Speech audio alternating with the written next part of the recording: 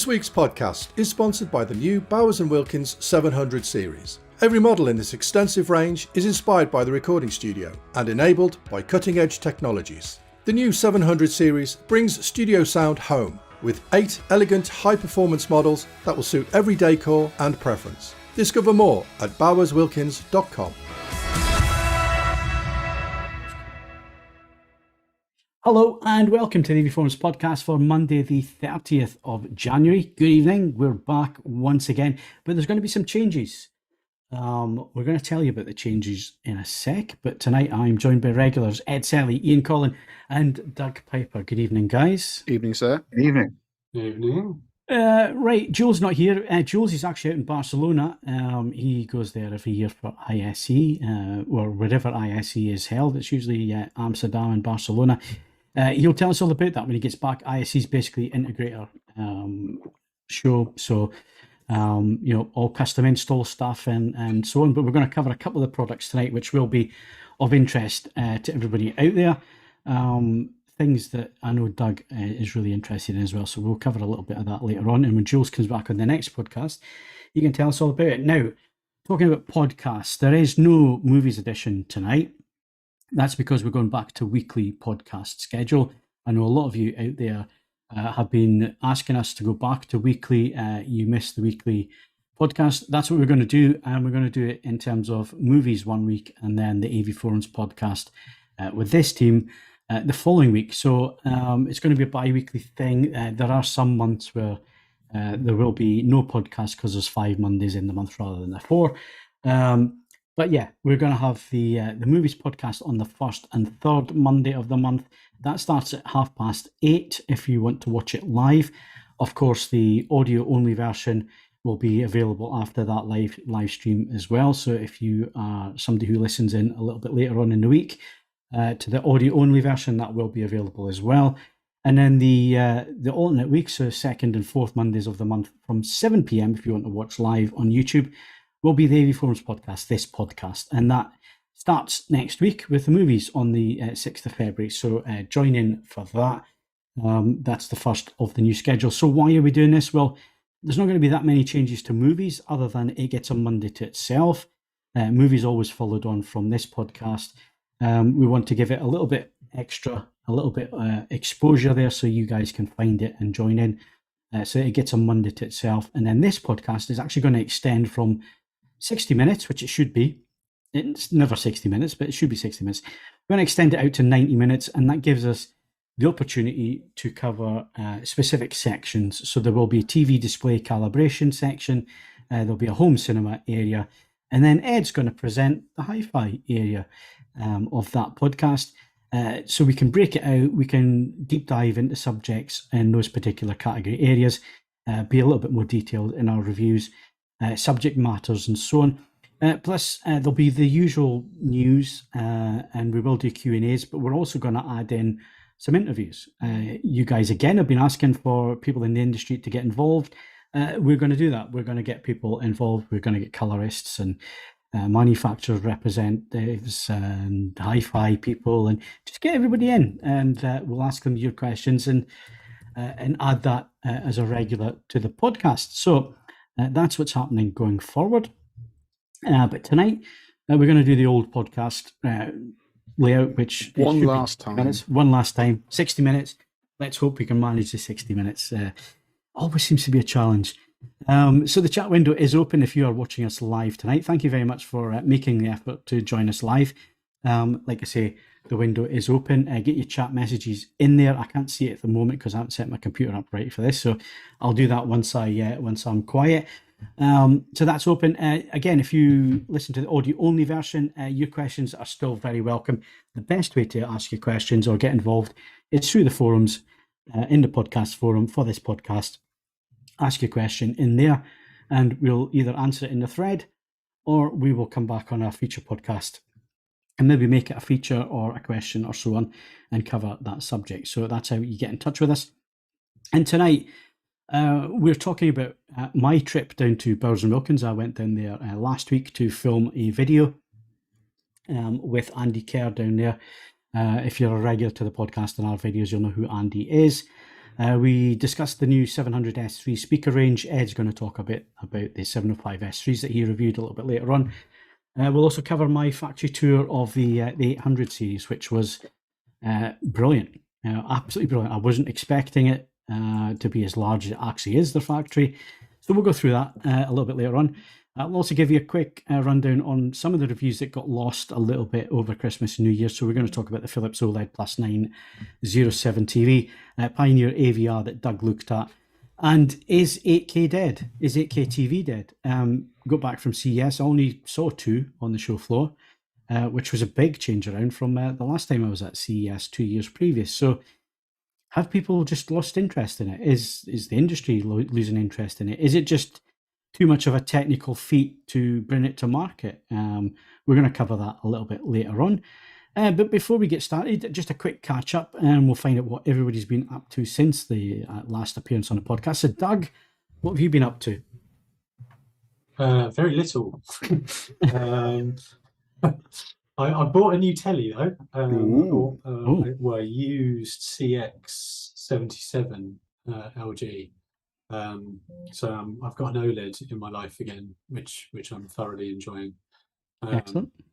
I used to use the projector for big screen viewing in the living room, and it turned out I was the only one in my family who actually knew how to operate the thing. So who saw that coming? Well, me when I spent money, but I decided, I needed something a bit more family friendly.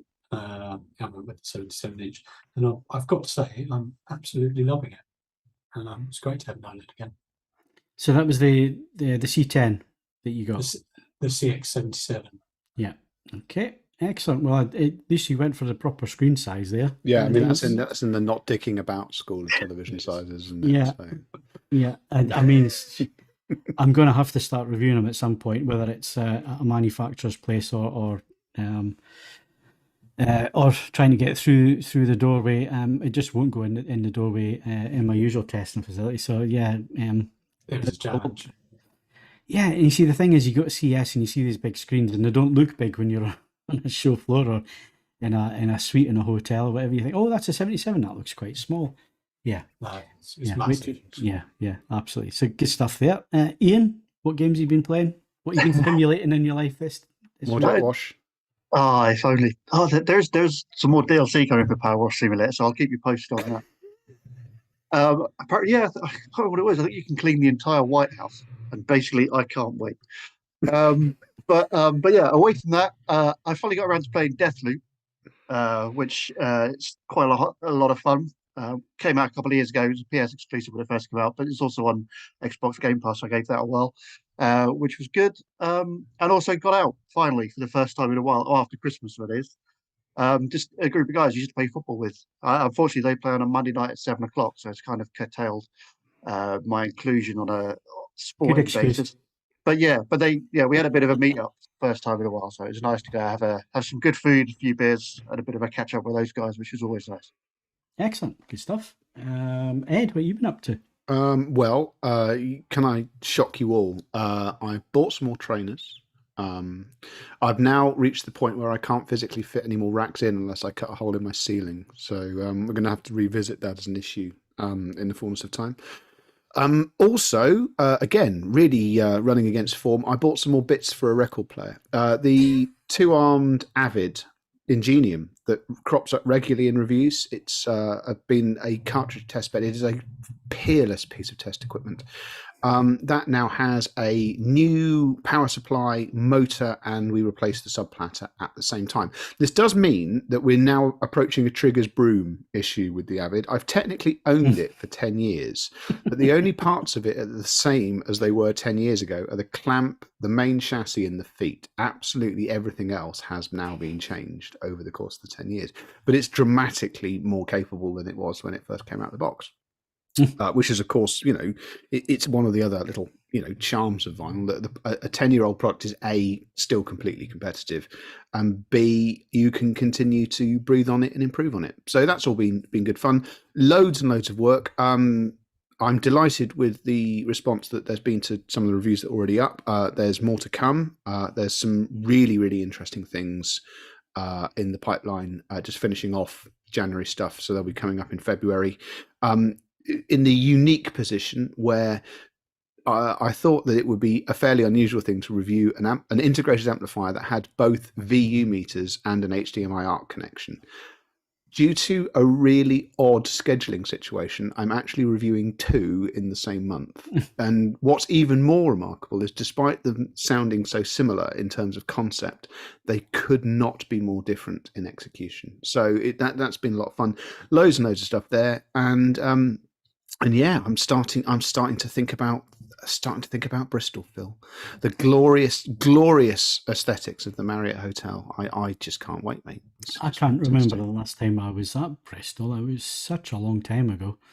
I last went in 2020, which now feels like a surrealistic dream that we were all just packed together in the bar as wild COVID circulated.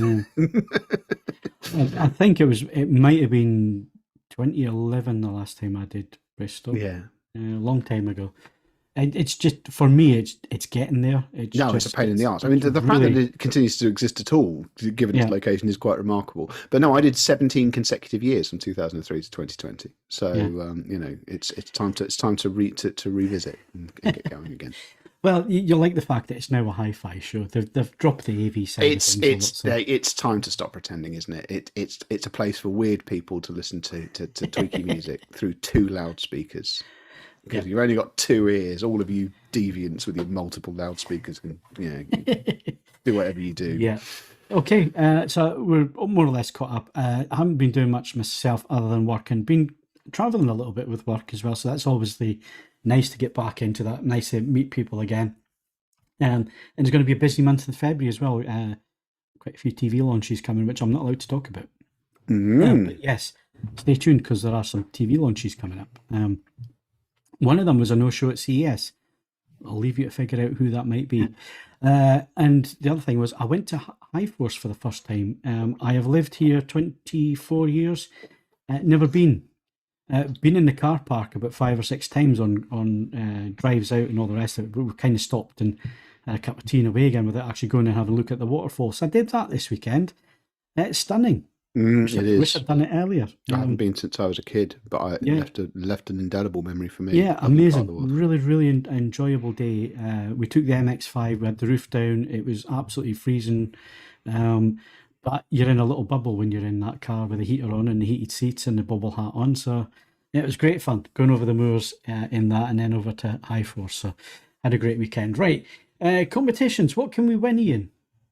In the hardware section, there are 3 competitions on the go at the moment. First up, you can win an Optima Cinema X D2 Ultra Short Throw projector with an NVIDIA Shield TV Pro bundle thrown in, which is worth a combined £2,000 from scan.co.uk.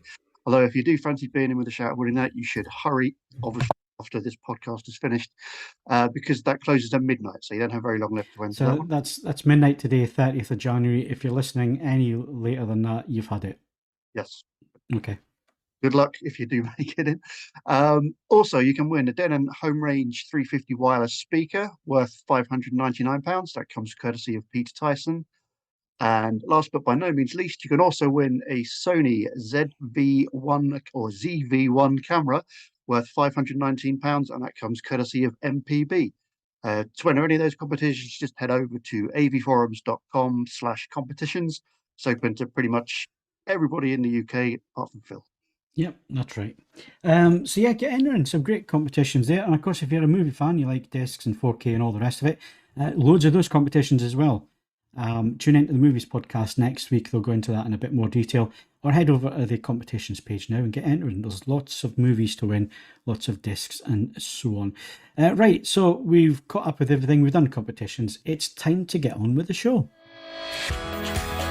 If you'd like to support the AV Forums podcast on a regular basis, then why not become a patron? Head over to patreon.com/AV Forums to sign up. You can also make a one-off donation through the Super Chat or via streamlabs.com/AV Forums. All donations help us to improve the website and the podcasts. Thank you to all our supporters.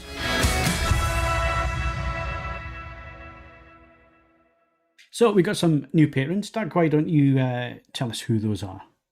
Yes, welcome, Gary Davis and Ooh, David, Gary Davis. That shows our David McRoberts. And David McRoberts. Welcome, guys. Thank you very much for your support. It really is appreciated. Ooh, Gary Davis on the radio. Who remembers that? Am I showing my age now? Yeah, it's not. I'm afraid. I mean, I don't. I'm not young, and it means nothing to me. So I'm not it does, but I won't admit it. I think he's still on Radio 2 doing the 80s show on a Friday. I think it's a Friday or a Saturday anyway. Yeah, and streamlabs.com/AV Forums or the YouTube Super Chat if you guys out there want to give us any support. It really is appreciated. And once again, thanks Gary Davis and David McRoberts for becoming new patrons. And don't forget there is a new tier there as well, which gives you early access to a lot of the reviews and editorial and so on. So if you fancy that, go over to Patreon and find out how to join that tier of patronage. Right, let's move on. It's news time. AV News. And big story about Netflix. Ian, tell us all about it. Yeah, basically, the company estimates that it's around 100 million households around the world are using somebody else's Netflix password.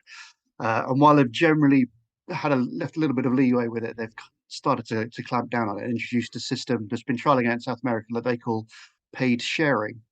The short version is that it gives you the option to add the extra households, but for a monthly fee. The monthly fee is likely to be in the region of around £3 or £4 a month. So it's cheaper than a full subscription, but it's still an extra £3 or £4 a month.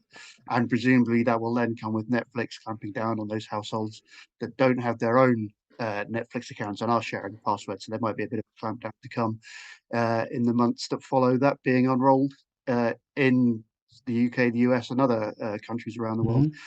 I mean, obviously, they've done their maths in terms of working out that it's going to lose a few customers, but the increase in revenue is going to more than pay for it. I think they're going to lose more than a few. Yeah, especially with the timing. You know, cost of living is an extra few quid a month going to be a big deal to a lot of people. But yeah, like I say, they would have done the maths, they would have figured it out, and seem quite happy that they can take the hit. It seems like a very strange policy to take. I mean, they've allowed this for such a long time. Is it, Ed, a case of there's now too many people piggybacking on accounts and they've got no choice but to do this? I don't know what the numbers are. I don't want to incriminate people. My account is being used in one other location, and I would imagine that that's probably mimicked across almost any other account. I think when it's starting to be used in multiple locations, that is going to start being a bit of a bind for them. But equally, you know, having been the great white hope of how we consume media, streaming services are turning it into advert infused, relatively high cost, recycled content, fragmented platforms. And the idea that we're going to pay for all of them is fundamentally laughable. So, look, they've got to do something. They have shareholders. They are a company that isn't bankrolled by Amazon or Apple. They don't have their own space program. They do need to do something, and I do empathise with them. But I don't know what the ramifications and the outcome will be. I think I think they're going to have to be sensitive about how they do it. If they just do blunt instrument, we've detected your thing at 2 locations, then sod off. I don't think that's going to win them many friends or influence people. We'll see how it goes. Yeah. But yeah, unfortunately, Phil, they do have to do something. I mean, let's face it, it's a congested market, and you want all of the households that are actually consuming the content to be paying for it, because I don't think there's any secondary benefit from because there's no advert. They're not those adverts aren't being viewed or any sort of fallback from that. Aside from word of mouth that show X is brilliant, it's not. I don't think they've got any benefit, so they have to do something.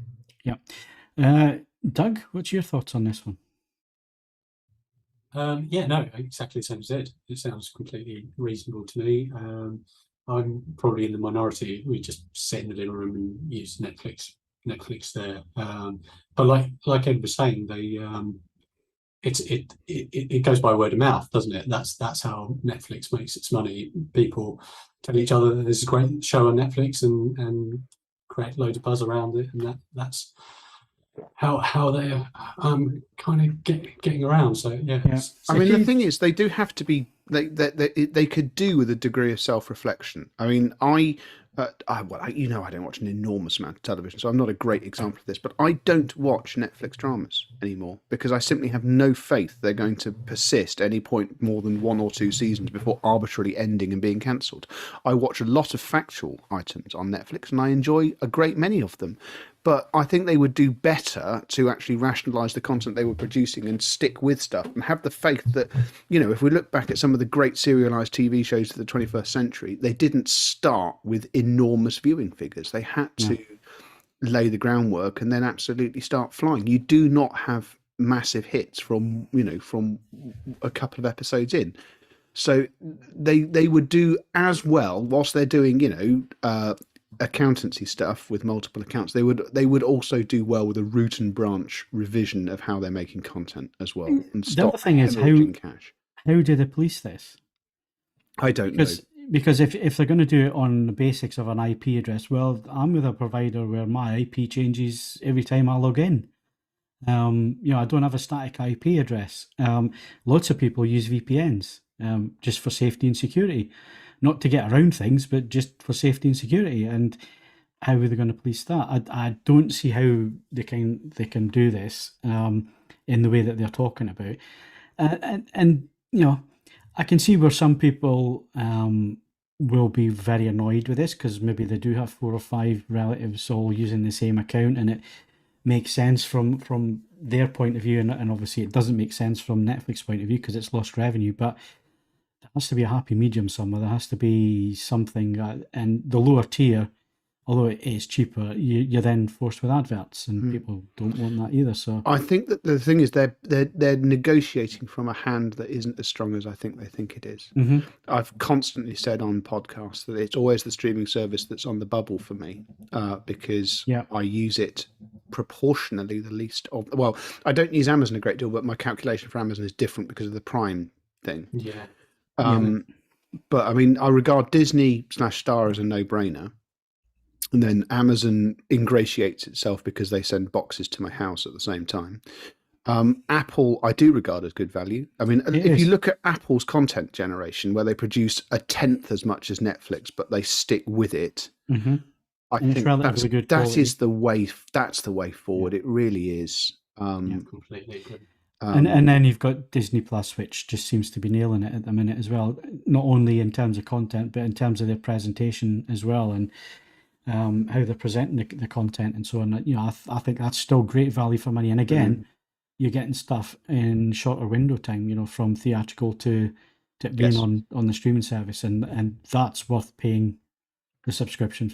See, Netflix, they don't have that. You know, they do their own original stuff, and they'll do a short cinema window and so on if they think it's Oscar worthy. But they don't have the same pool as Disney. You know, they don't have the same studio pool that Disney have. So, yeah.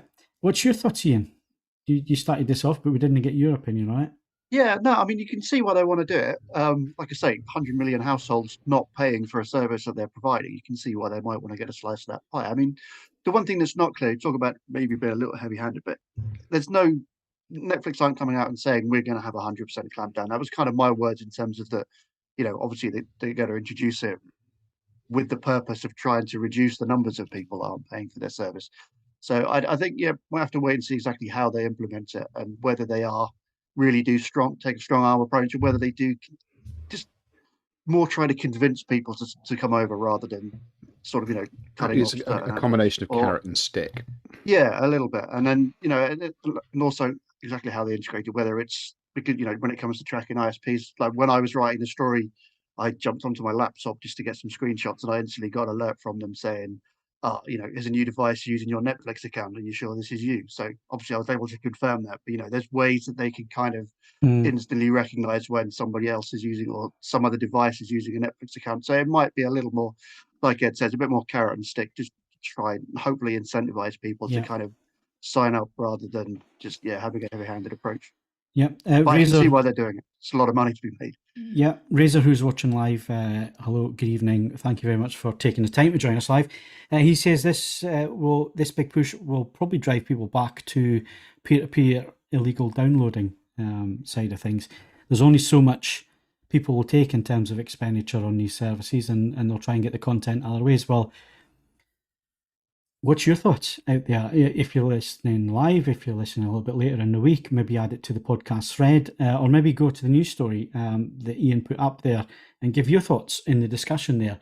What are your thoughts about this? Are Netflix in the right? Are they in the wrong? What's your feelings in terms of how much a lot of these streaming services are looking for you to pay out on a monthly basis? And is the content worth that expenditure? Or will it push people to the old Kodi days and Kodi boxes and illegally streaming and so on? Let's get the conversation going on that one. Right, moving on. What else have we got AV-wise? We've got a couple of new launches from Storm Audio. They've brought out a new ISP Evo processor and an ISR Fusion 20 receiver. The ISP Evo processor follows the likes of the ISP Elite Mark III. It comes with up to 24-channel decoding and upmixing, along with the likes of Dolby Atmos, DTS:X Pro, Auro 3D, and IMAX Enhanced. That's penciled in for a Q1 release, so not too far away. And the ISR Fusion 20 integrated receiver, that's due a little bit later in Q2. That comes with 20 channels of decoding and post-processing, plus 16-channel amplification up to 150 watts per channel. And of course, one of the more interesting sort of side features of that could be the inclusion of Dirac's new active room treatment that was announced at CES, we talked about previously. Storm Audio obviously has a window of exclusivity on that until later in the year, so I could certainly make that one to watch to see some early examples of that in action. Yeah, exclusive to then till the 1st of October this year, so they get quite a good run out till the end of Q3 anyway on that. And it was something we were going to talk about, Doug, but you couldn't make the CES podcast, but obviously I had the demonstration of this. Absolutely fantastic demonstration, as you would expect at a trade show. They're not going to show you something that doesn't work. But I've got to say, really impressive, because they had thought about the demonstration and the way that explaining how all the other speakers work in tandem with the speaker to cancel out the room resonance, and it does work. Just doing ABs was phenomenal. The amount of noise in that room that they were able to cancel out, and it wasn't a particularly big room. It was a suite in a hotel. So if you've ever been in a suite in a hotel, you kind of get the idea of the room. So it wasn't any bigger than a maybe 40 by 30 feet space that we were in, divided up into little sections, and it did do what it said it was going to do in terms of bass resonance and so on. And it seems to be the holy grail that everybody's pushing for now, because from about 250, 400 hertz upwards, we're kind of sorted when it comes to EQ and room treatments and so on. So what's your thoughts? What are you looking forward to hearing on this one, Doug? Well, I'm just generally very interested in getting my hands on it and measuring it and seeing what effect it has. I mean, you were obviously there, so you've heard subjectively, quite how good it is. But the feedback so far from everyone that I've read about that was there has been glowing. So it does sound like it's potentially living up to its promise, and it's doing something that no other room correction so far has done or attempted. In that all room correction does at the moment is it measures speakers individually and then it applies filters to those individual speakers, whereas this is now using the speakers to essentially perform two roles. On the one hand, sort of delivering its own corrected sound, but also acting as active room treatment for the rest of the speakers in the system, which is, if it works, then that's really moving room correction on very, very significantly beyond what anyone else is doing. Although I gather Trinov's got something in the offing. It looks like Trinov are just throwing as many subwoofers as they can. Yeah, exactly. Yeah. So yeah, I'll be very, very interested to see how it sounds. The one thing, and I was going to ask you about this actually, the one thing that people have said about it, which seems very valid, is being as it's only correcting up to 150 hertz down, and you're using each individual speaker as active room treatment for that frequency range, you're going to start to need very capable speakers everywhere. Otherwise, they're just going to taper off in what they can correct. So potentially it's going to change what surround speakers people have. And obviously people tend to have, stuck these things on walls or in walls and might not want to change to more bass capable surround speakers. So it might not suit every system. So I was interested to ask what surrounds they're using for the demo. They were using the Perliston system that you reviewed. So again, you're talking 40 grand's worth of loudspeakers. So yeah, but it was a high-end demonstration, so you can forgive them that, using Storm Audio electronics along with the Perlistons. But yes, you are right in terms of how the system works. It has to, at least two of the speakers have to generate the resonance, the reverse, so it cancels it out. So yeah, they have to be capable. I guess the Derek's approach to this is that this is going to be in high-end products. People will have pretty meaty speakers that they're using anyway that should be capable of certainly getting down to about 30 hertz, 20 hertz maybe is a push, but and should be able to do this. What did impress me was the 2 floor standards and doing it in stereo, and it still worked. You kind of think, well, the room treatment, you need all the speakers working. Well, it worked with 2-channel and just 2 speakers as well. Wasn't quite as effective as using a full array of horizontal plain speakers, but again, it was very, very impressive.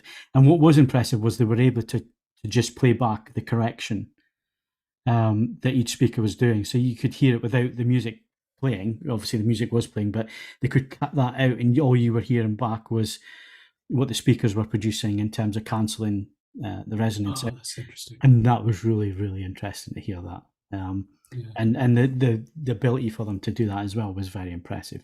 Again, pinch of salt, manufacturer's demonstration. They're going to show you at its absolute best and at its peak, but very, very impressive. So I can't wait till you get your hands on this, and obviously we will get the Storm products through. And again, we'll just briefly mention the Trinnov. They're doing the latest acoustic processing. We'll maybe get Jules to give us input on that, because Jules is having the demo. He's over at ISE. He's going to be able to hear that.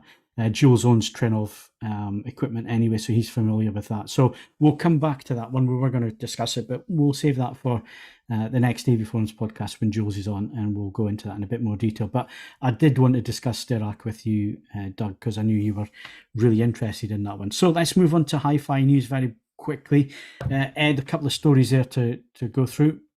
Yes, I will be brief, principally because I'm the first one. I'm 95% sure I'm going to get in. NAD, how you want to have announced the CS1 endpoint network streamer, and the comment section is absolutely bob on this one. It's a mysterious product. If you're me and you're a Roon user and you like having Roon added to various systems in a really easy way, this looks like a bargain. If you're not a Roon user, I don't know what it. I'm going to reserve judgment until I get it in. But essentially, it's a very compact, very straightforward network streamer. But as best as we can work out, it does without NAD's BlueOS system. I mean, if it had BlueOS, this would be essentially, if you like, an austerity Bluesound node, and it would be sensational. But it's not. It doesn't seem to have BlueOS. So unless you're using Roon, it's a bit bog basic. You do get AirPlay and other things as well, and it's very competitively priced. But I think it's worth getting in for a short review. The second item is something where I'm putting it to people listening live and people listening in the week. Denon has announced a new CD and SACD player. Remember those? They were exciting. The DCD 1700NE. And this, it does, I have to say, it looks to be largely bespoke. It's got some lovely bits and bobs in it. It's a whisker over $1,000, I seem to recall. Yeah, 1,799. are you interested in me reviewing more disc players, or has that ship sailed? I was quite I think impressed at how the think this Riga product- Saturn did, and I think the SACD angle on this means that it could be worth Yeah. me doing. I think it's got enough behind it that we need to be having a look at this, because, like you say, it's a bespoke item. It covers back to what used to, lust after these types of builds, these types of players that Denon and others and Pioneer and so on used to put together. Sony as well with SACD. Yeah, absolutely. I'd say there's interest in this. Doug, is this something that, harken back to the good old days when we should be having a look at, do you think? Battleships. Yeah, I'd be very interested in it. As I think I said on the previous podcast, I tend to ebb and flow in my interest in AV, sort of home cinema and hi-fi, and kind of go backwards and forwards. Yeah. I think that might rekindle some of that hi-fi gadget lust. Yeah. No, I was very tempted, and I believe that it's not immediately going to be available, but there will be review samples available. And yeah, I was all up for it. I just, as I say, if you make your feelings, I mean, there's already been some comments in the Adrian Califf says, yeah, go for it. So yeah, add your thoughts on that. I'm aware that optical disc for audio, it's not that widespread on the forums. I'd argue there's probably more people using turntables. But nevertheless, a new SACD player, especially at one that doesn't have a telephone number price tag, is a rare thing. So I was up for it, and I would welcome some feedback as to. I mean, obviously Phil is the person that does the feedback that generally matters, and he's keen. So we'll see where we go from there. I've always been impressed with the way Denon do these things as well. They actually think it through properly. So yeah, very interested in seeing that one. So that's great. Right. Very briefly, gaming news, Ian. What's happening in the gaming front? Yeah, well, I'll try to keep it brief, but there's a lot of games all rolled into one with when Microsoft and Bethesda held their first ever joint developer direct showcase. Obviously, all the details will be on the website if you want to dive into more. And there's tons of gameplay footage now scattered all over the internet that people might want to go looking at. But the headlines: Minecraft Legends dated for the 18th of April. We also got a first look at its PvP mode, which was cool. Redfall, which looks like a lot of fun if you're into vampire slaying with friends. That's coming out on the 2nd of May. Again, some great gameplay footage for that. There's a look at the new Forza Motorsport, which is coming soon and has a whole bunch of really good looking sort of next gen AV features in place, including real-time dirt and damage models for every single car, which sounds insane. There is the new Elder Scrolls Online chapter, which is called Necroms, dated for the 20th of June. Also comes with a new playable character class if you're into that. While the one big surprise from the show was a new game from the Tango Gameworks developers, the studio who made the Evil Within horror franchise. One of the surprises was that this was just complete divergent from that, and it's like a light-hearted, colourful, rhythm action, melee-based game, so a bit of a change in tact. And the bigger surprise was that the game basically dropped on the same day. So they said, here's a new collaboration. Oh, and you can play it in a couple of hours' time. So if you've got Xbox or PC Game Pass, that's available to play right now if you want to take a look. And it probably is well worth a look. Okay, there we go. Some brief gaming stuff, but games is going to become more prominent in the podcast as we go forward. So if you have any suggestions in terms of what you want to know, Ian dabbles in the worlds of gaming. That's Ian's background. He just plays games and doesn't really live in the real world. So yeah, let us know what you want to hear and what you want to know about, and those will be incorporated into the podcast moving forward. But yeah, like I say, we're already battling against this 60 minutes mark. I don't think we're going to make it tonight. But anyway, let's get on to some of the AV subjects. And the first one was my trip down to Bowers & Wilkins. And I was going down there to make a video with Andy Kerr. So Andy's marketing guy there, has been there a long time. Used to be editor at What Hi-Fi many moons ago. Was an audio journalist, well known for that before moving over to Bowers. And he's been there quite some time now. I wouldn't want to guess, but at least a decade, Ed, I think, maybe. It's been a significant. Been a long time. It must be said, one of the more successful moves from poacher to gamekeeper. It hasn't always been a stirring success when you move in that direction. So hats off to him. He's done very, very, very well. And as you can see from the video, which is going to be about 40 minutes long, he's not short on a few words to say about Bowers & Wilkins' product and so on. So the reason I went down was to make the video about the new 700S3, because Bowers are really the one to push that forward. They think it's a real crossover speaker for them in terms of not just hi-fi, but multi-channel as well.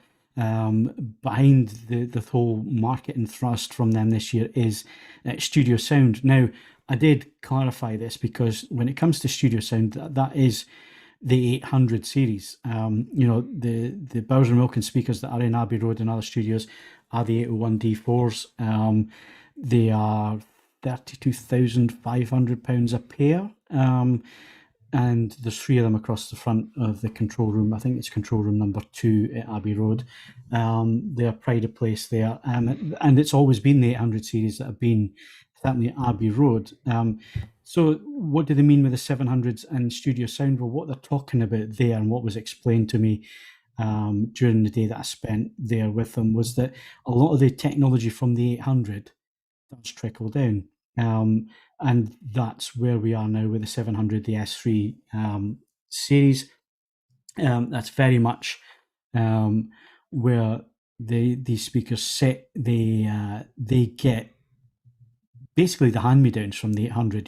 They spend the money developing the technology for the 800 series. If it's successful, and it usually is in the 800s, once they've done it once, they can do it again and save money doing it again. They may maybe not use aluminium; they'll maybe use plastic instead for some of the components. But where that component has been successful, they'll implement it into the design on the 700s. And I think the 700S3 is certainly where you're starting to see that and see that technology bleeding over from the 800Z. And one of the things that stood out for me, just seeing the new 700s, you've actually spent some time with them, is the front of the cabinet is now slightly curved instead of being flat, which harks obviously up to the 800, which is a completely bespoke rounded cabinet. And I was shown on the factory tour, and Stuart's showing some video now, which will be in the main video that I put out as well,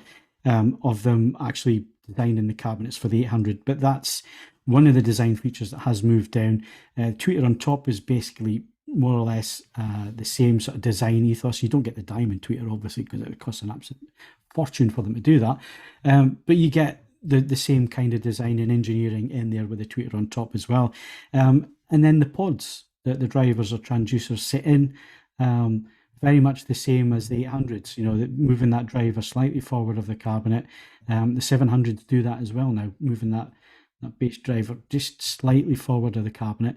So you can see the design ethos there. You can see where this technology's trickled down, Ed. And I've got to say, I had the full demonstration.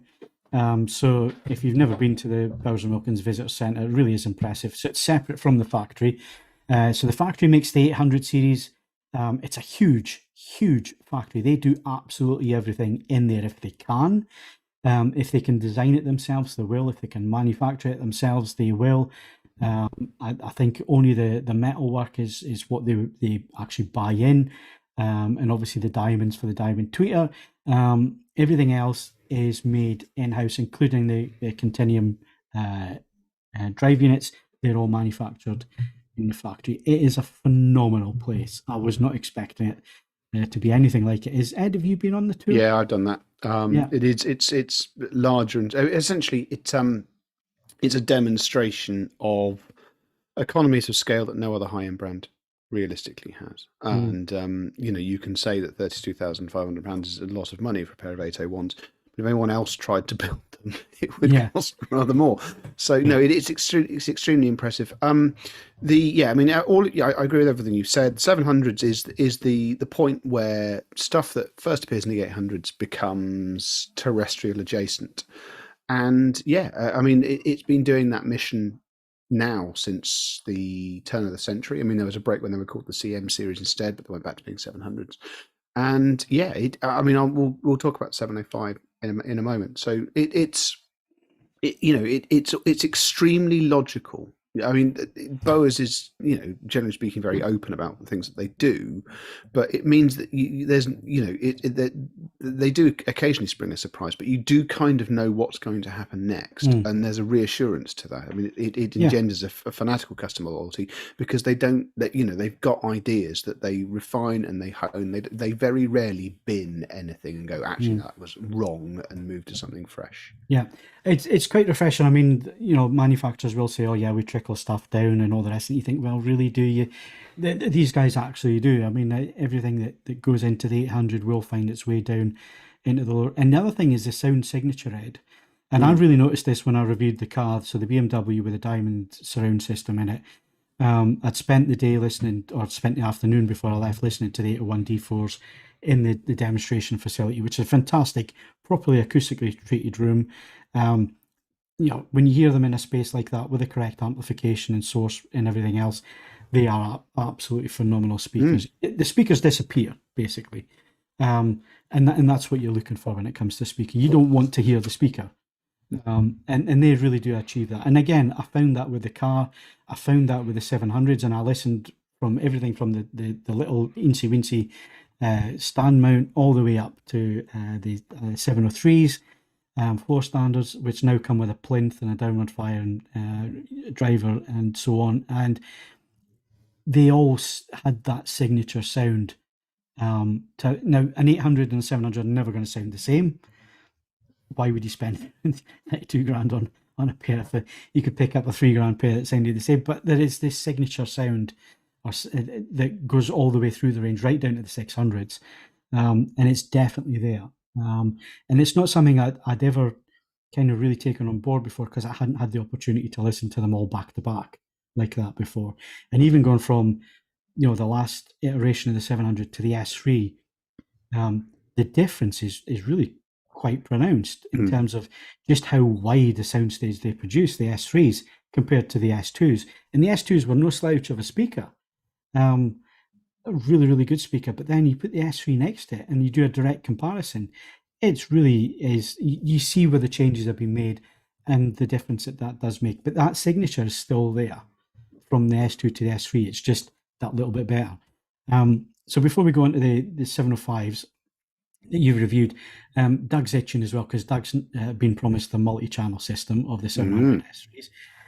So that's being organised at the minute. I believe you're going to get them probably the start of March. Yes, and it's looking that way. And they're just deciding on Doug's room size, what they're actually going to supply in terms of the multi-channel system. But that's something to look forward to. But Ed's had the 705 S3s in. So, give us your honest opinion on them, Ed. What did you think? They're exceptional. There's no need to mince words beyond that. It's a tremendously capable loudspeaker. What I found interesting, and it's not something that necessarily is going to appear in Bowers & Wilkins' demo room, but this manages to do two quite contradictory things. It manages to improve on its predecessor, but it also manages to be a lot more user-friendly than its predecessor. You can use, a significant amount of listening time was conducted using the Riga LX Mark IV, which the review went live for that today. Now that's £1,200, and historically, sticking a 705 on an amplifier that was significantly less, it's just, essentially it spent a fair bit of time telling you what was wrong with it and harking back to the studio sound thing, without compromising on the fact that they're extremely detailed, extremely tonally accurate, very faithfully recreating the signal they're receiving. They were as happy as the proverbial pig on the end of the Riga. If you have a system comprised of components in the £1,000 to £1,500 price point and you wanted a first upgrade point, these are going to give you a meaningful jump in performance without telling you absolutely everything that's wrong about your equipment. And then they will continue to improve as and when you then start changing the electronics as well. It's a very subtle new skill, but it's a very, very useful one. I think they look better. The new tweeter housing is a massive improvement over the stub that the previous generation had, which looked weird, and I have to be honest, it felt weird as well. It always felt like part of its restraint was missing. This, coupled with the curved front, it's a much more aesthetically pleasing speaker. I noted in the review, for those of you who are fed up to the back teeth with retro, this is an achingly modern product. It's finished in a way that's modern. It's built in a way that's modern. It doesn't. It obviously it has cues that date back through Bowers and Wilkins speakers back to year dot, but there's nothing here which is shamelessly retro. So if you're fed up to the back teeth of it, this is the sort of thing you need to be looking at. The only thing I'll say is, as well as the 705 S2, I reviewed the 705 Signature, and it's very hard to make comparisons on something which has long since disappeared. I just didn't find that there was quite as much joy when listening to high tempo, high energy music that I experienced and wrote about and left in my notes when I was listening to the Signature. It's for this reason that the S3 has a 9 out of 10 score, which, let's face it, under normal circumstances is pretty damn good. We have to acknowledge the fact that I awarded the Neat Petite Classic, the product of the year 2022, that has a perfect score, that has a 10 out of 10. If it was my $2,000, I'd still have the Neat, but I'd 100% understand why you might choose the better finished, more aesthetically pleasing, and in some regards perhaps more absolutely accurate Bowers and Wilkins. My take on this has been that, as I'm not mastering albums, I'm listening to them for my enjoyment. I would go for the slightly greater joy that the Neat has. But the Bowers is a phenomenal loudspeaker. I'm quite jealous of Doug getting his hands on the 702. I have a sneaking suspicion that that's going to be a phenomenal loudspeaker, because that has been deliberately engineered to bring quite a lot of 800 floor standard technology down into it. So that could stand to be an exceptional product. And it's something that, space, time, and other limitations allowing, I would very much like to have a look at for the site as well. Yeah, well, maybe we need a 2-channel as well. Who knows? But yes, so thank you very much to Bowers for inviting us down anyway to have a look. It's the first time I'd actually seen the whole facility there. And yeah, stay tuned for Doug's review of the multi-channel system if that's something that's of interest to you.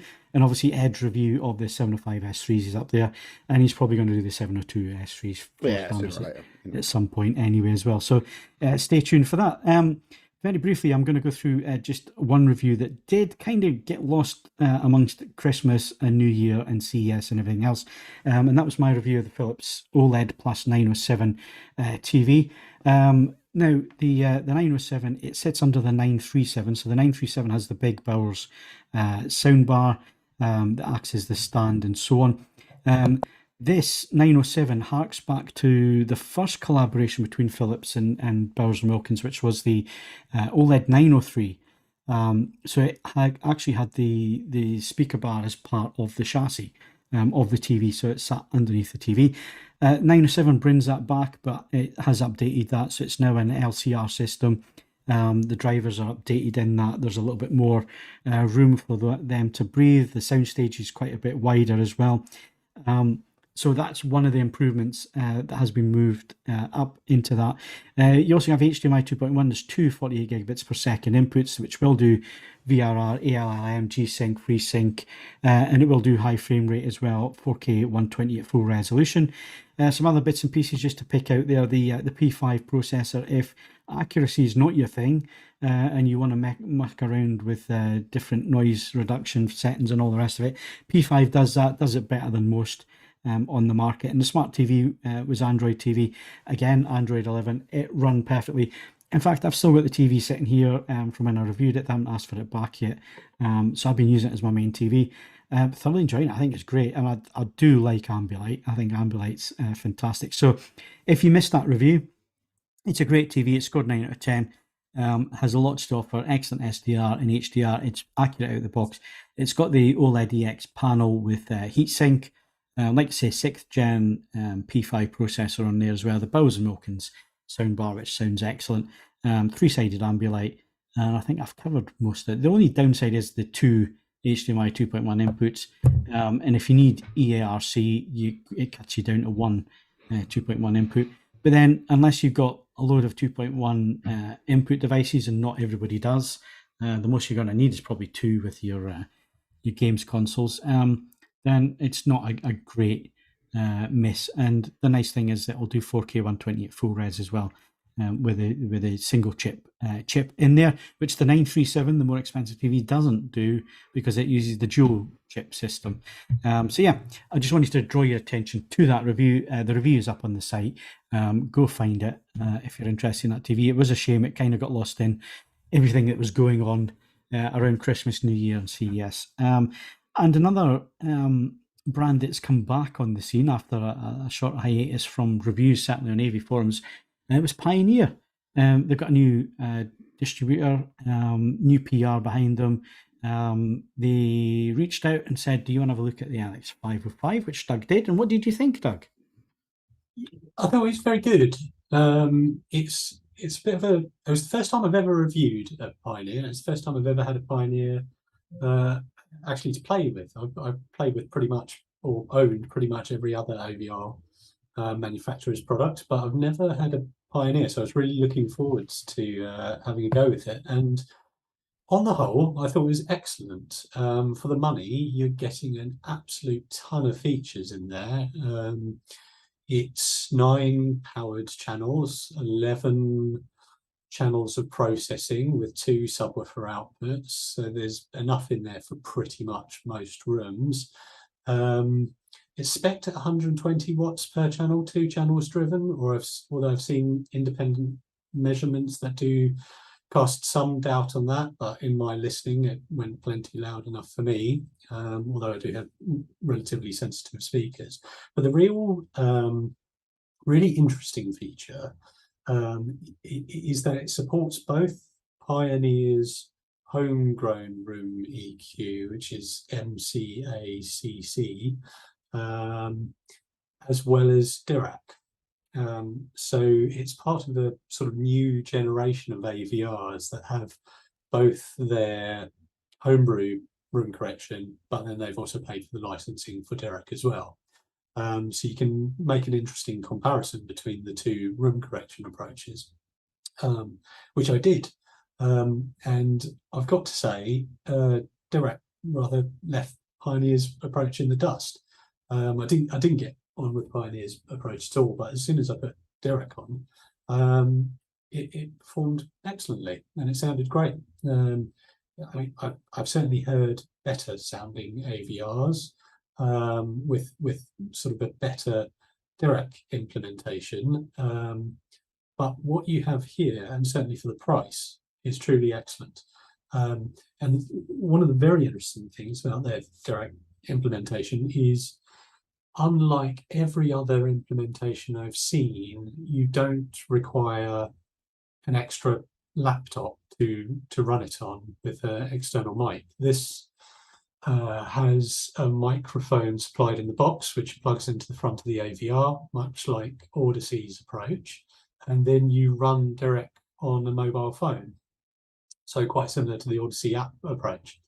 And it makes Dirac accessible for people who don't want to fuss around too much and tweak too many things. And I think I probably fall into the inveterate tweaker category, and probably quite a few people watching this do. But it genuinely made Dirac's capabilities really accessible and really quick and really user friendly. And it's the first time I've seen that. So on the whole, I thought it was a very good AVR at its price point. It does come up against the Denon AVC X3800, which is very similarly spec'd, although it doesn't have Dirac just yet. That's coming out later in the year.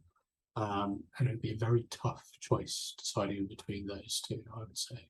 Yeah, it seems to be at a price point which used to be a wash with models, but there seems to be very few in that price area now. A lot of manufacturers aiming for a bit higher up the range these days, obviously looking for a return on their product. But it sounds like a good all-rounder. Yeah, it was a good all-rounder, and certainly if you're into streaming services, this has pretty much everything under the sun. Compatibility with everything I could think of. They had no Cobuzz, but everything else was there.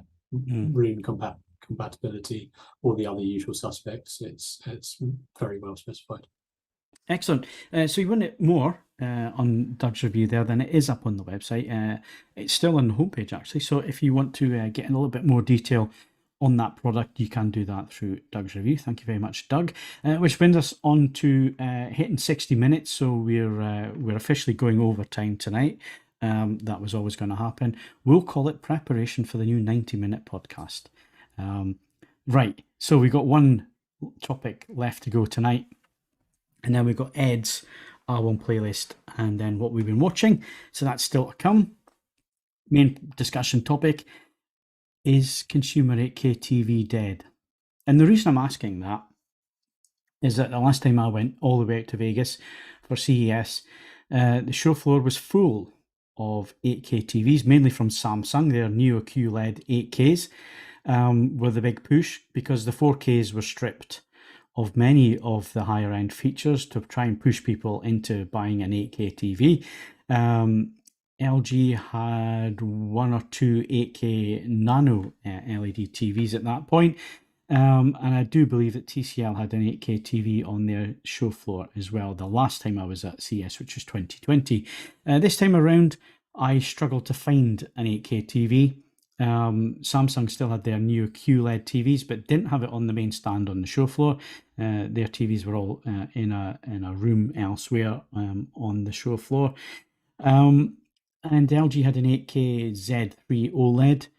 But apart from that, I'm struggling. Oh yes, there was the Inkjet 8K TV from TCL, which was a concept, so not one that you could buy.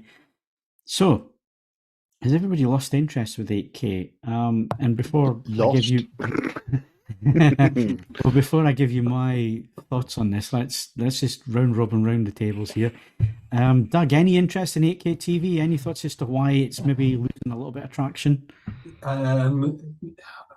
I do have an interest in 8K TV, but only when they start bringing out TVs that are the size of my projector screen, because then you'll really start to see the benefit. And actually, you might want to start thinking about a TV over a projector. I'm saying that because I've just got a massive telly in my room, and it's something that I'm considering at the moment. But I certainly couldn't abandon a projector screen at this stage because they don't make tellies big enough. But on really large screens, I can see the merits. On anything more sensibly sized, I'm not even sure your eye can fully resolve 4K, reasonable seating distance. So I don't know whether you can even see the extra resolution. Okay. Ian, what's your thoughts? Yeah, well, it's the kind of thing you're always going to be interested in it because you always want the next biggest and best thing. But yeah, I mean, I'm different to Doug in that I don't have a TV that's going to be big enough to make use of 8K, so I would be able to appreciate the benefits even if it was out there. And the other thing as well, you just don't see anything that appeals to me that says this is in 8K. So in terms of the content that's out there as well, there's nothing that I feel I'll be missing out on by not having an 8K TV at the moment. Whether that changes might depend on more TVs coming out.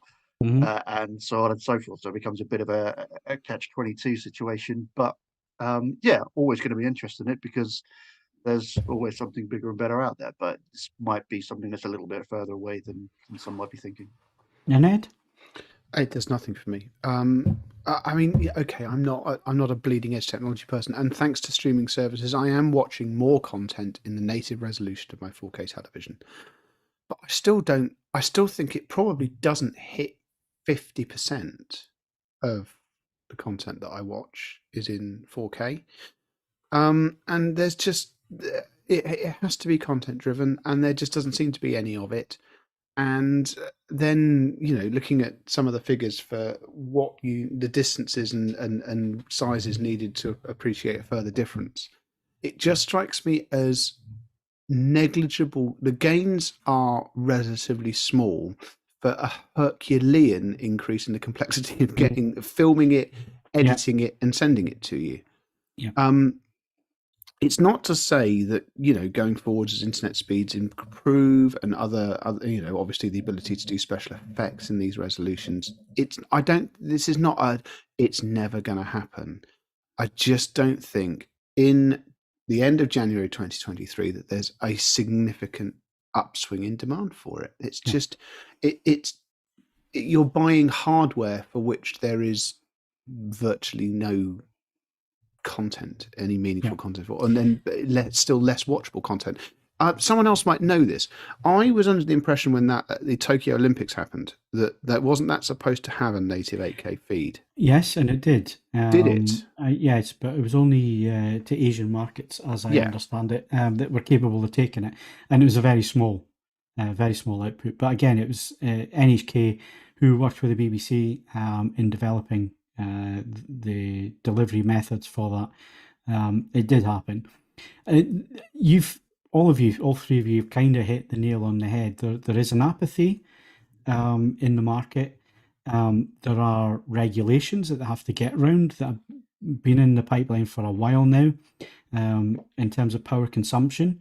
And at this moment in time, where Ed's drinking valuable resources like water, but also when you're using a lot of power, it's not the done thing at this moment in time to use a lot of power. Where we should be thinking about how we use the resources. And just to give you a figure, there was actually Marek at TCL that mentioned this in one of our videos, and it's very, very true.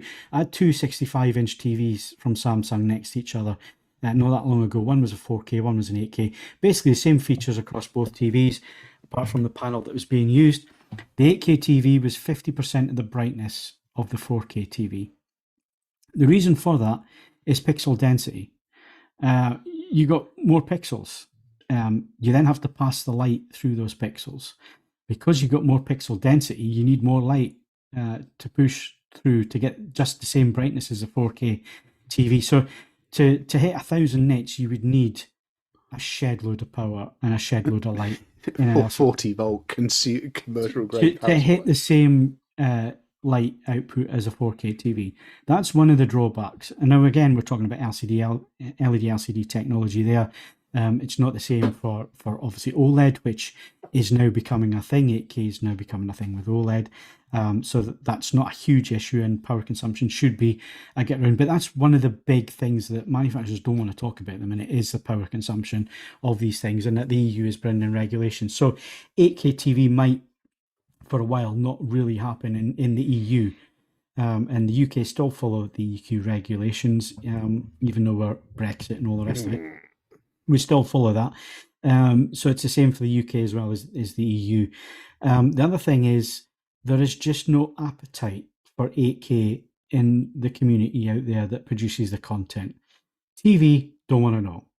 Even though NHK and the BBC can do that with the Olympics, the amount of money that would have to be spent just in terms of transmission equipment and being able to store it, being able to film it, then edit, and all the rest of it. For TV, it's prohibitive. For film, even more so, because you then get into effects and all the rest of it. Effects are still rendered at 2K in the vast majority of cases. A lot of film are still output at 2K DI. Very few 4K DIs going out. Even now, and we've had 4K for a long time now, we're only just getting up to the point where some content producers, some studios are now, flipping over and thinking, right, well, we can output a 4K DI now, and that's now only just becoming a thing. The other thing with 8K is that it has to do a lot of processing. So you need a really good image processor, video processing, which costs quite a bit of money, which means that the TVs are going to cost quite a bit of money because of the processing power. Because if you think about it, it has to upscale all content that's available at the minute. There's very little 8K native content. What there is usually on YouTube, and it's a demo footage that was shot on Red cameras that can do 8K, and maybe a couple of other professional cameras that are capable of doing 8K.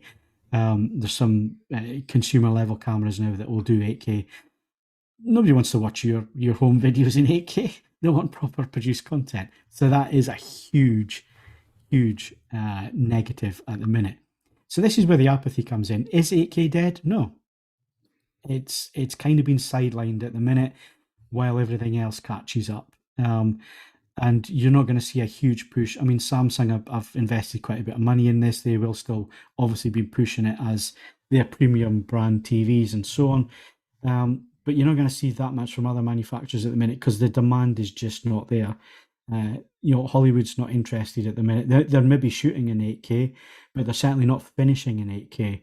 And what they finish in is the important thing. And at the minute, they're only just hitting 4K in terms of what they're doing. And again, the processing power, the storage that you're talking about, there will not be no physical media that does 8K just because of the storage that would be required, or the compression that would be required. The other thing, the upscaling, you're looking at using upscaling to sell your 8K TV on the assumption that people are going to watch 4K. Well, 4K is still not that well used. So then you're looking at HD, which means you're having to do quite a bit of upscaling there and creating quite a bit.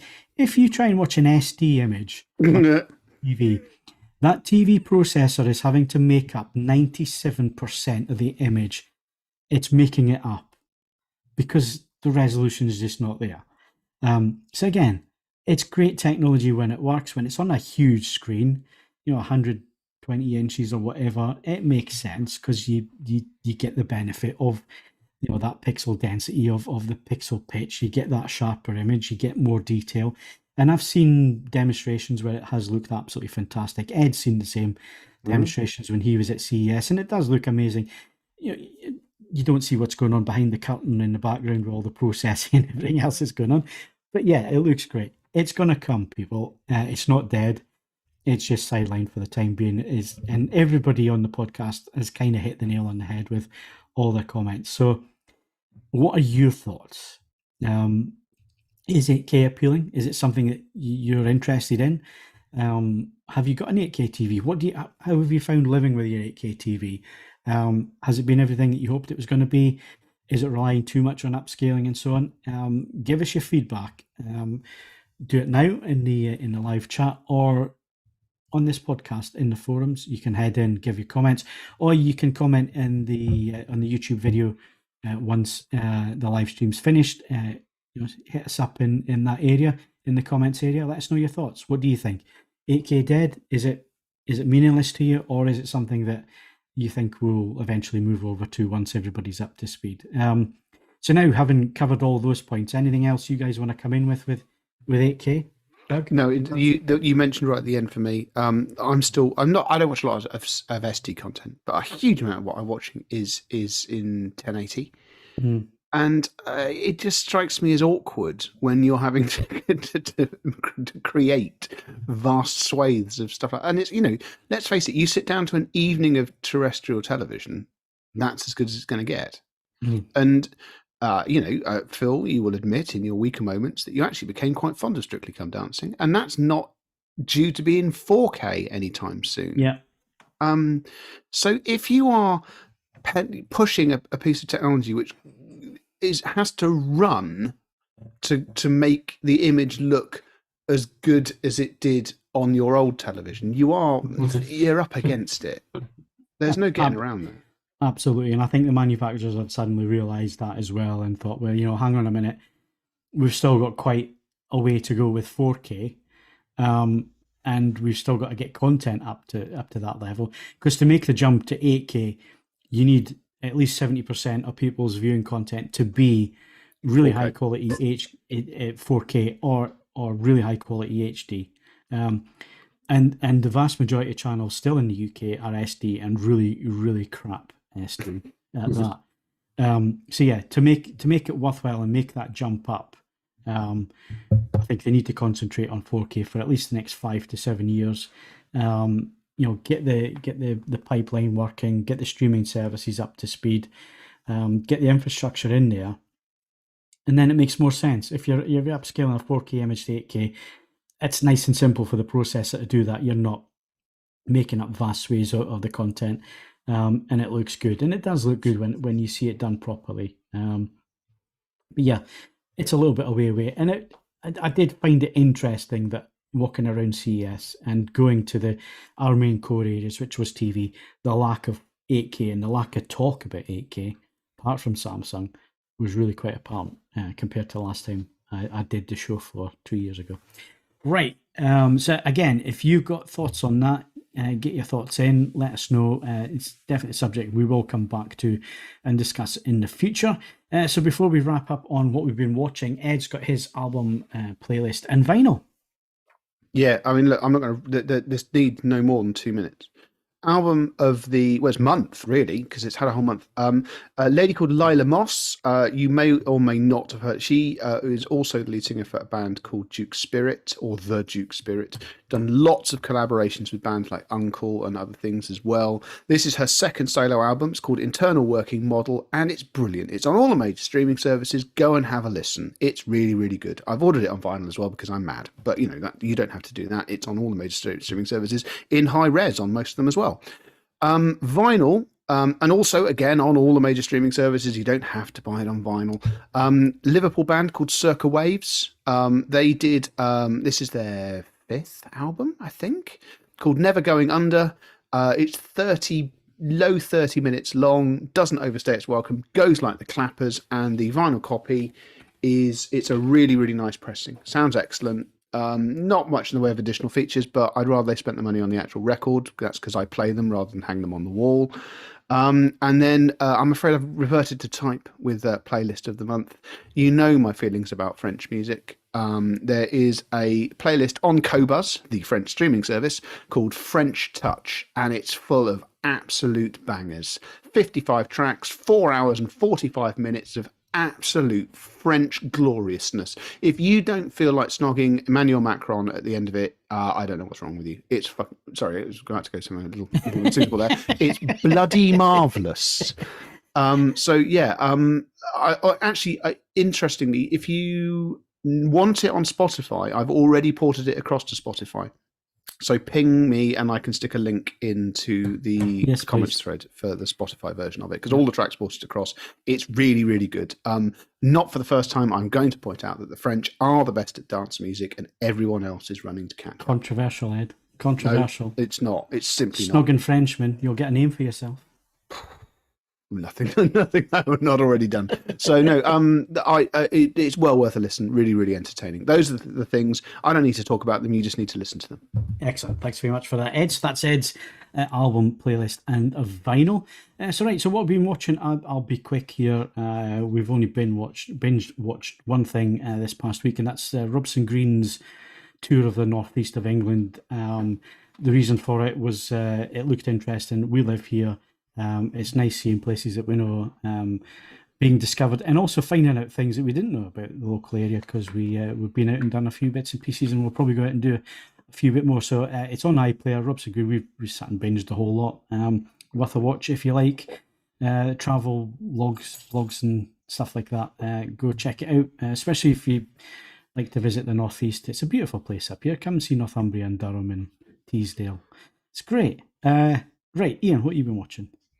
But it's been a little while since we did these, so I've been watching a lot of The Usual Suspects over a lot longer than a week, mostly on Netflix. Wednesday, 18.99, The Recruit, a lot of new series on there, which were a lot of good.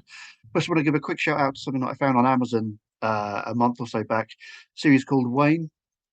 It's a few years old, so obviously missed it when it first came out. It quotes itself as being from the writers of Deadpool, so at least one of the people involved there are in it. But it reminded me of this series, The End of the Effing World, which so it's quite deadpan, quite kind of dark. All the characters are messed up, and it's just great fun to watch. It's kind of, it's got a kind of a warm heart. It kind of plays around with kind of violence and silliness, and it's fun and it's over the top, but it's quite heartwarming. And it's one that I hadn't seen and hadn't heard of, so I just thought to give it a name check because it's definitely worth a look. Okay, question come in for you, Ian. Orion V75 says, I hope you've been watching The Last of Us being a gamer. I don't have access to the streaming services that it's on, but I am following it adamantly because The Last of Us is still probably my favorite video game of all time. And I would say that it's maybe 70% based on the story and the characters rather than just the gameplay. It was one of those, I mean, I'm sure the TV series will be the same when I get around to binge watching it, as I will do. But yeah, there was a point in the game, I'd already been playing it until like 1 o'clock and couldn't put it down. And then something happened in the game and I couldn't put it down for another like 3 hours afterwards. So if it keeps dropping story bombs like that, I'm sure it's going to be immense. Okay, which streaming service is it on again? It's HBO, I think. What would be the UK equivalent? It's Now TV. And right, okay. So I'll maybe share my login details with Ian. Ooh, expect the long arm of the law to come and get you. Yeah, Netflix will be cancelling me next week. Sky Atlantic over here. All right. maybe I can't help you with that one. But never mind. Doug, what have you been watching? Like the rest of the country, I've been watching Happy Valley slowly as it rolls out on the BBC. That's been keeping me fairly hooked. The new discovery that quite a few of my friends have recommended is The White Lotus, which I'm finding very enjoyable so far. It's essentially a bunch of loathsome rich people go to a resort in Maui for a holiday, and you watch their lives unravel, and it's a black comedy stroke drama, and it's very entertaining so far. So I've been enjoying that, and I've also just started 1923, which is another Yellowstone spin-off, following in the footsteps of 1883, which was absolutely phenomenal, I thought. It's a bit slow going in the start, but I'm a big fan of the Yellowstone universe, so I'm interested to see where it goes. Okay, excellent. And Ed, you watching anything? I was saying just before we went on, on a whim, I watched the Scandal with a K on Netflix about the collapse of Wirecard. It's brilliant. It's a feature-length film, but it's all factual, and proof, if any, was needed that truth is stranger than fiction. Absolutely spellbinding. Couldn't stop watching it. Brilliant, brilliant, brilliant. And then earlier on in the month, sort of over Christmas as well, I can't remember exactly when it was, I mean, the second series of Slow Horses, what a thing. Absolutely sensational. Again, Apple TV doing a small volume of really blooming good television and sticking at it. So yeah, that's how it should be done. Please pay attention to that, Netflix. Okay. Otherwise, no, I just watch reruns of River Cottage for the recipes and Traffic Cops on Channel 5 because I like it. Okay. We won't judge you. We promise we won't judge you. Okay, well, that's what everybody's been watching on the telly box. And don't forget that Ian and Andy also produce the Netflix and other streaming service update articles for the month ahead. So if you are a little bit bored and you want to know what's worth watching in February, then head on to the AV Forums homepage right now. Those articles are up there with a list of what is coming up streaming-wise for you to look at. But that's it.